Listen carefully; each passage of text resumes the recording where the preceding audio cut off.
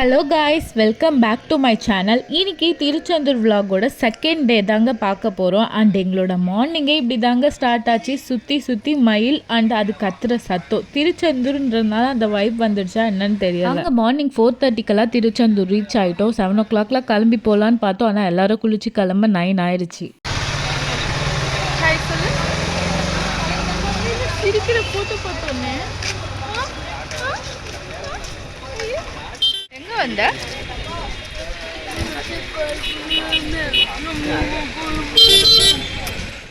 Leave டைம்ன்றதுனால கூட்டம் கொஞ்சம் அதிகமாக தான் இருந்தது. நாங்கள் வேறு ஒரு பெரிய கேங்காக போனதுனால எல்லாரும் குளிச்சு கிளம்ப கொஞ்சம் டைம் ஆயிடுச்சு. ஒரு 10 o'clock கோவில்கிட்ட போயிட்டோம். பட் அப்போவே செம்ம வெயில், ஸ்லிப்பர் இல்லாமல் காலை கூட கீழே வைக்க முடியல. சாமி பார்த்துட்டு வெளியே வரத்துக்கு சாலிடாக 4 hours ஆயிடுச்சுங்க. நாங்கள் வேறு 2 குட்டியை வேறு வச்சுருந்தோம். இவனுங்க அப்பாங்க பாவம் 2 பேரும் கீழேயே இறங்கலை. 3 மணி நேரம் லைனில் நின்னோம். அந்த லைன் ஃபுல்லாக தூக்கி வச்சுட்டே இருந்தாங்க, வெயில் வேறு. அதுக்கப்புறம் என் அம்மம்மா, அவங்க கொஞ்சம் வயசானவங்க, நடக்கவே முடியல. சீனியர் சிட்டிசனுக்கு தனியாக லைன் இருக்குது போல், எங்களுக்கு அது தெரியாது. அவங்களும் 3 மணி நேரம் லைனில் நின்று ரொம்ப கஷ்டப்பட்டுட்டாங்க. ஒரு ஸ்டேஜுக்கு மேலே நடக்கவே முடியல. கோவில்லேருந்து வெளியே வரத்துக்கு போய் வீல் சேர் கேட்டு வாங்கிட்டு வந்து அதில் வச்சு தள்ளிட்டு வரணும். அந்த அளவுக்கு லைனில் நிற்க வச்சு கொடுமைப்படுத்திட்டாங்க. ஆனால் இந்த திருப்பதியிலலாம் அடைச்சி வைக்கிற மாதிரி 2 ஹாலில் அடைச்சி வச்சாங்க. அந்த ஹாலில் அடைச்சியே 1.5 மணி நேரம் போயிடுச்சு. மிச்சம் ஃபுல்லாக லைன் இங்கே தான் இருக்குன்னு கிட்ட இருக்க மாதிரியே இருக்குது. ஆனால் பார்த்தா சந்து அது அவ்வளோ பெரிய லைனு. ஆனால் இந்த லைனில் நின்னே வாழ்க்கையை வெறுத்துட்டோங்க. ஏண்டா வந்தோம் அப்படின்ற அளவுக்கு யோசிக்க வச்சிடுறாங்க. தெரியாமல் நாங்கள் வேறு வெயில் டைமில் பிளானை போட்டுட்டோம். எப்பா ரீசெண்டாக நியூஸ் போட்டிருந்தாங்க, இந்த திருச்செந்தூர் கடலில் தண்ணியெல்லாம் ரொம்ப வெளியே வந்துடுதுன்ட்டு. ஸோ அதை அணை கட்டுறதுக்காக கல்லை உடச்சி சைடு ஃபுல்லாக கட்டிட்டு இருந்தாங்க. அங்கே லைனில் நிற்கிற நேரம் இது கொஞ்சம் நேரம் என்டர்டைன்மெண்ட். இதை தான் வேடிக்கை பார்த்துட்டு இருந்தோம். ஃபோனை எல்லோரும் முன்னாடியே கவுண்டர்லேயே கொடுத்துட்டாங்க. பட் நான் மட்டும் கொடுக்கல. எனக்கு வேணும்னு சொல்லிட்டு பேக்கெட்டில் போட்டுட்டு வந்துட்டேன். அதனால வீடியோ எடுக்கும் போதெல்லாம் எங்கள் அப்பா சைடில் நின்றுட்டு அங்கே பாரு போலீஸ் வராங்க, பிடுங்கிக்க போகிறாங்கன்னு சொல்லிகிட்டே இருந்தார். ஆனால் ஆக்சுவலாக அந்த அளவுக்குலாம் கிடையாது. ஃபோன் யூஸ் பண்ணலாம், பட் மெயினாக அந்த கருவறைக்குள்ளே மட்டும் எடுத்துகிட்டு போகக்கூடாது. வெயிலில் எதுவுமே பண்ண முடியல, ரொம்ப கஷ்டமாக தான் இருந்துச்சு. சரி கொஞ்சமாச்சும் நம்ம மூஞ்சியை பாதுகாக்கலாமேன்னு ஷாலை கட்டிட்டு தான் ஃபுல்லாக சுற்றி வந்தேன். அண்ட் தென் வீல் சேர் வச்சு எங்கள் அம்மாவை கோவில் வாசல் வரைக்கும் கூப்பிட்டுட்டு வந்துட்டோங்க. அதுக்கப்புறம் ஒரு பெரிய மேடு மாதிரி இருந்தது. அது எப்படி இறக்குறதுனே தெரியல. அதில் வீல் சேரும் தள்ள முடியாது. அப்புறமா ஒரு போலீஸ் பைக் வச்சுட்டு நின்றுட்டு இருந்தார். நான் தான் போய் கேட்டேன், அங்கிள் கொஞ்சம் எங்கள் அம்மாவை மட்டும் அந்த மேட்லேருந்து இறக்கி கீழே விட்டுருங்கன்ட்டு. அப்புறமா அங்கே ஹோட்டலில் விட்டார். அங்கே சாப்பிட்டுட்டு ஸ்ட்ரைட்டாக வண்டி ஏறி கிளம்பிட்டோங்க. Next spot Kanyakumari. எல்லாரும் மட்டை, அவ்வளோ டயர்டு. இந்த லைனில் நின்னது ஒரு கொடுமைனா, இந்த ட்ரிப்போட அடுத்த கொடுமை என்னென்னா, எங்கள் பஸ்ஸுக்கு கிடைச்ச டிரைவர். அவ்வளோ ஸ்லோவாக வண்டி ஓட்டுறாங்க. என்ன தான் போய் ஃபாஸ்ட்டாக போடான்னு சொன்னாலும் அவனோட வண்டி 50-60 தாண்டவே இல்லை.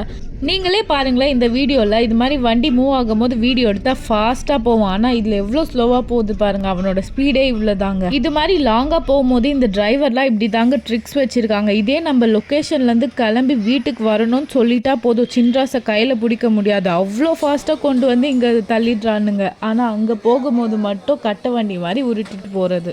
அவ்வளோதாங்க. ஈவினிங் 5 மணி ஆயிடுச்சு. காஃபி குடித்தாதான் நம்ம வண்டி ஓடும். அதனால் ஒரு சின்ன காஃபி பிரேக் எடுத்துக்கிட்டோம். அங்கேருந்து காஃபி ஸ்நாக்ஸ்லாம் சாப்பிட்டுட்டு ஸ்ட்ரெயிட்டாக வண்டியை கன்னியாகுமரி விட்டோம். சன்செட் பார்க்கலான்னு பார்த்தோம். பட் நாங்கள் போகிறதுக்குள்ளே எல்லாருமே செட்டில் ஆகிட்டாங்க.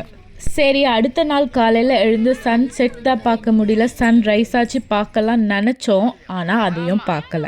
அப்போது எதுக்கு தாண்டா போனீங்கன்னு கேட்டால், எங்களோட டிரைவர் அது மாதிரிங்க. நாங்கள் ஒரு பிளான் போட்டால் அவன் ஒரு பிளான் போட்டால் அவன் பிளானுக்கு எங்களை இழுத்துட்டான்.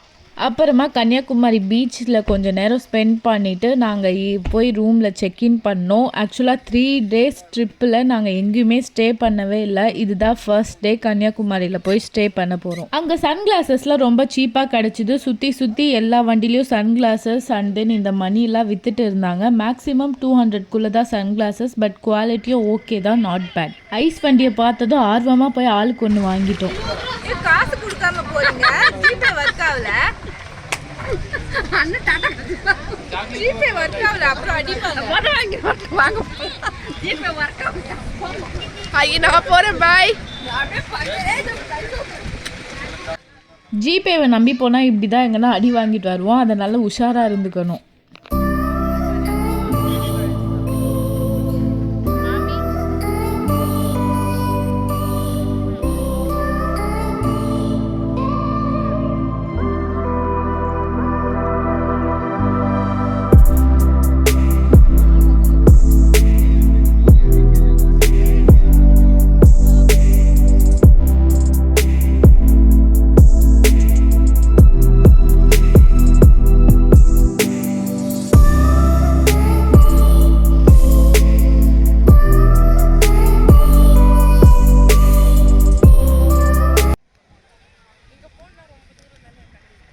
கையை கூட தூக்க முடியாது போல.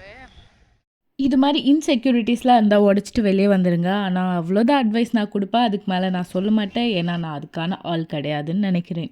சரி வாங்க காரப்பொரி சாப்பிட போகலாம். காரப்பொரி எல்லா இடத்துலையும் தான் கிடைக்குது. பட் அங்கே வந்து ரொம்ப ஸ்பெஷலாக இருந்துச்சு. அதோட மேக்கிங் ப்ராசஸ் பார்க்கும்போது ரொம்ப டெம்ட் ஆகிட்டே இருந்துச்சு. அதனால் ஆளுக்கு ஒரு அதுலேயே நிறைய வெரைட்டி வச்சுருந்தாங்க. சுண்டல் போட்டு தர்றது, வெறும் ஆனியன் மட்டும் போட்டு தரதுன்னு. ஸோ ஆளுக்கு ஒரு வெரைட்டி வாங்கி ட்ரை பண்ணோம். டேஸ்ட்டு நிஜமாகவே வேறு லெவலுங்க. நம்ம ஏரியாலலாம் இந்த டேஸ்ட்டு வரமாட்டேன் தானா. சொல்லலை நான் போன வீடியோவில் இவனுக்கு சித்தி பாசம் அதிகம்னு. பாருங்கள் இவனோட பாசத்தை. அவ்வளோதாங்க, பீச்சில் எல்லாரும் உட்காந்துட்டு நல்லா ரிலாக்ஸ் பண்ணோம். இருட்டானதுக்கு அப்புறம் தான் பீச்சை விட்டே வெளியே வந்தோம். ஏன்னா ரொம்ப நேரம் ட்ராவல் பண்ணி ரொம்ப நேரம் இது பண்ணதுக்கப்புறம் அங்கே வந்து உட்காந்து கொஞ்சம் நேரம் டைம் ஸ்பெண்ட் பண்ணது ஃபேமிலியோட நல்ல ஒரு ரிலாக்ஸேஷனாக இருந்துச்சு. நெக்ஸ்ட் பாருங்கள், அங்கே விற்றுட்டு இருந்த ஒரு அதிசய பொருள் இதுதான். அதை 4ஆக மடித்து ஒரு பவுச்சுக்குள்ளே வச்சிடலாமா. அந்த பவுச்சோடு வாங்கினா 200, வெறும் கண்ணாடி மட்டும் வாங்கினா 100.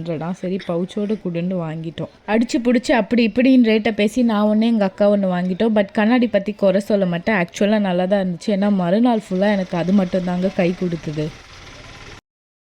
Back to bus. அது வழி விட்டுரு. எங்கே போக போகிறோம்? கன்னியாகுமரியில் ஸ்டே பண்ண போகிறோம்.